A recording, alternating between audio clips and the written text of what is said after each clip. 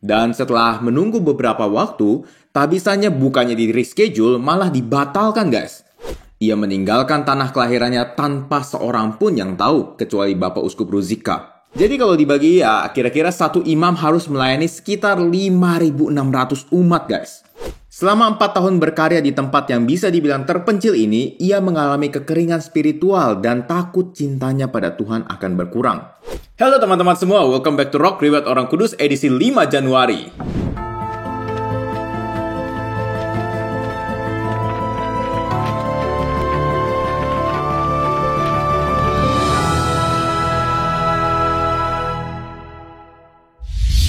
Hari ini kita akan membahas riwayat dari Santo Yohanes Newman, pelindung edukasi Katolik. Sebelum kita mulai, silahkan share dulu video ini supaya semakin banyak orang dapat hidup kudus lewat teladan para Santo Santa. Oke, tanpa berlama-lama lagi, mari kita mulai! Cerita berawal di Bohemia, Kekaisaran Austria yang sekarang adalah Republik Ceko pada abad ke-19. Hiduplah seorang muda bernama Johannes Nepomuk Newman dalam sebuah keluarga penjahit.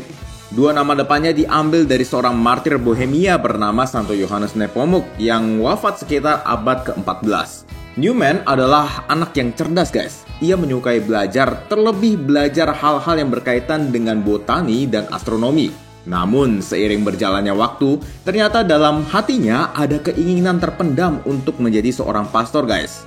Laki-laki kelahiran 28 Maret 1811 ini kemudian memutuskan untuk masuk seminari keuskupan Bad Weiss tahun 1831. Saat studinya ini, selain belajar teologi, ia juga menyempatkan untuk belajar bahasa Prancis dan juga belajar bahasa Inggris. Di sini ia juga memperluas pengetahuannya dengan membaca banyak artikel. Salah satunya adalah artikel keluaran Leopoldine Society yang menuliskan tentang karya pastoral di Amerika Utara yang minim akan tenaga pastor. Ini membuat Newman berkeinginan untuk membantu karya pastoral di Amerika sehingga ia semakin memperdalam kemampuan bahasa Inggrisnya. Singkat cerita, setelah rampung masa studinya, tiba waktunya Newman untuk ditabiskan. Sayangnya menjelang tabisan, Bapak Uskup Ruzicka sakit sehingga penabisannya ditunda. Dan setelah menunggu beberapa waktu, tabisannya bukannya di reschedule malah dibatalkan guys. Alasannya cukup unik sih, karena imam di keuskupan saat itu sudah lebih dari cukup. Ini agak terbalik ya dengan kebutuhan imam di zaman sekarang. Nah, pembatalan tersebut tidak menghalangi niatnya pergi ke Amerika. Ia meninggalkan tanah kelahirannya tanpa seorang pun yang tahu, kecuali Bapak Uskup Ruzicka. Newman menempuh perjalanan panjang dari Bohemia ke Prancis dengan berjalan kaki, lalu naik kapal berhari-hari lamanya ke benua Amerika. Akhirnya setelah perjalanan panjang, anak ketiga dari 6 bersaudara ini tiba di Manhattan, New York tahun 1836. Ia diterima dengan hangat oleh Uskup New York, Monsignor Johannes Du Bois, dan segera setelah itu ditabiskan sebagai seorang imam, karena saking minimnya tenaga imam di sana.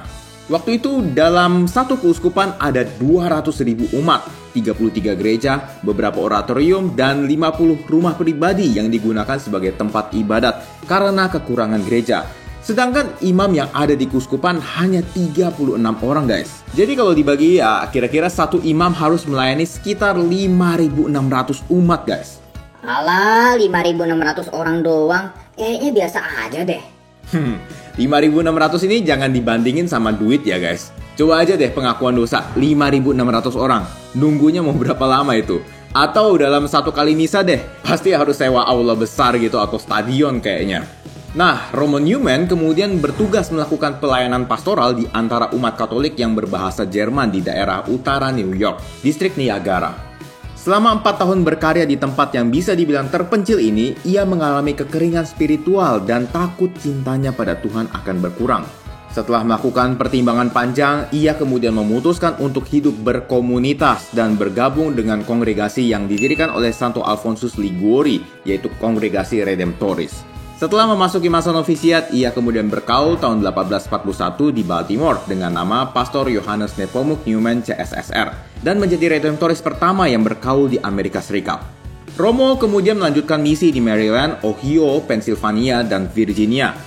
Setelah berkarya bertahun-tahun, ia kemudian berpindah kewarganegaraan menjadi warga negara Amerika Serikat tahun 1848. 4 tahun setelahnya, ia dipercaya oleh Paus Pius ke-9 untuk menjabat sebagai Uskup Philadelphia keempat tahun 1852. Karyanya dimulai dengan mendirikan gereja-gereja baru dan juga sekolah-sekolah di keuskupannya. Ini didasari dari permintaan orang tua Katolik yang ingin anak-anak mereka diajar dalam tradisi Katolik. Karena pada waktu itu diskriminasi oleh oknum Protestan cukup tinggi di sekolah umum. Harus diakui Monsignor Newman adalah seorang yang sangat cerdas, namun satu kelemahannya adalah dalam hal administrasi. Oleh sebab itu, pada tahun 1857, ia melayani umat keuskupannya bersama dengan uskup koadjutor Monsignor Giacomo Federico Wood.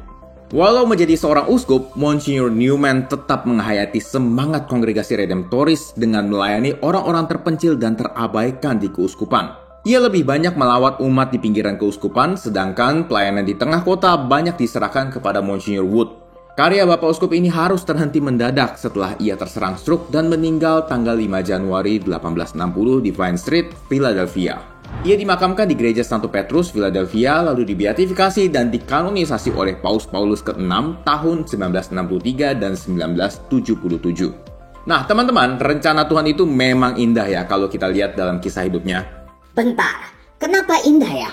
Orang gagal ditabisin terus terakhir-terakhirnya meninggal mendadak gitu kok. Dari mana indahnya? Justru kuncinya di situ, guys. Kalau misalkan Santo Yohanes ditabiskan di negaranya, bisa jadi dia tidak akan ke Amerika Serikat dan membangun puluhan sekolah dan gereja baru, guys. Terus maksudnya apa? Maksudnya adalah sesuatu yang buruk terjadi itu bukan karena Tuhan jahat atau kitanya kena sial, tapi karena ada suatu hal baik yang jauh lebih besar di belakangnya, guys. Jadi kalau misalkan kita sekarang sedang berada di titik rendah hidup kita, ya kita patut bersyukur, guys, karena pasti ada hal yang jauh lebih baik ke depannya. Dengan catatannya, kita nggak boleh berdiam diri. Contohnya nih guys, kita punya usaha, terus kena pandemi corona, usaha kita mulai turun hingga ada di titik hampir bangkrut. Kalau kita diam aja ya pasti bangkrut. Tapi lain cerita kalau kita terus memutar otak, belajar dari kesalahan-kesalahan sebelumnya, belajar dari orang lain, dan tentunya sambil berdoa kepada Tuhan mengenai jalan mana yang harus kita ambil. Dijamin pasti kita akan menemukan jalan keluarnya, guys. Santo Yohanes Newman ketika batal ditabiskan aja gak berdiam diri terus, sedih-sedih terus. Tapi dia memutar otak apa yang bisa dia lakukan untuk gereja, terutama gereja di Amerika waktu itu.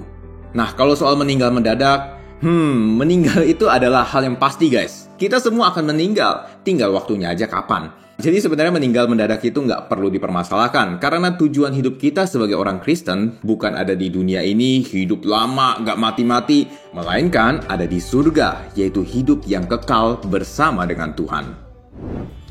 Oke guys, begitulah kisah hidup dari Santo Yohanes Newman. Kalau teman-teman merasa video ini bermanfaat, teman-teman boleh like, subscribe, dan share untuk mendukung pengembangan channel ini. Terima kasih sudah menonton dan sampai jumpa di Rock edisi selanjutnya. Adios!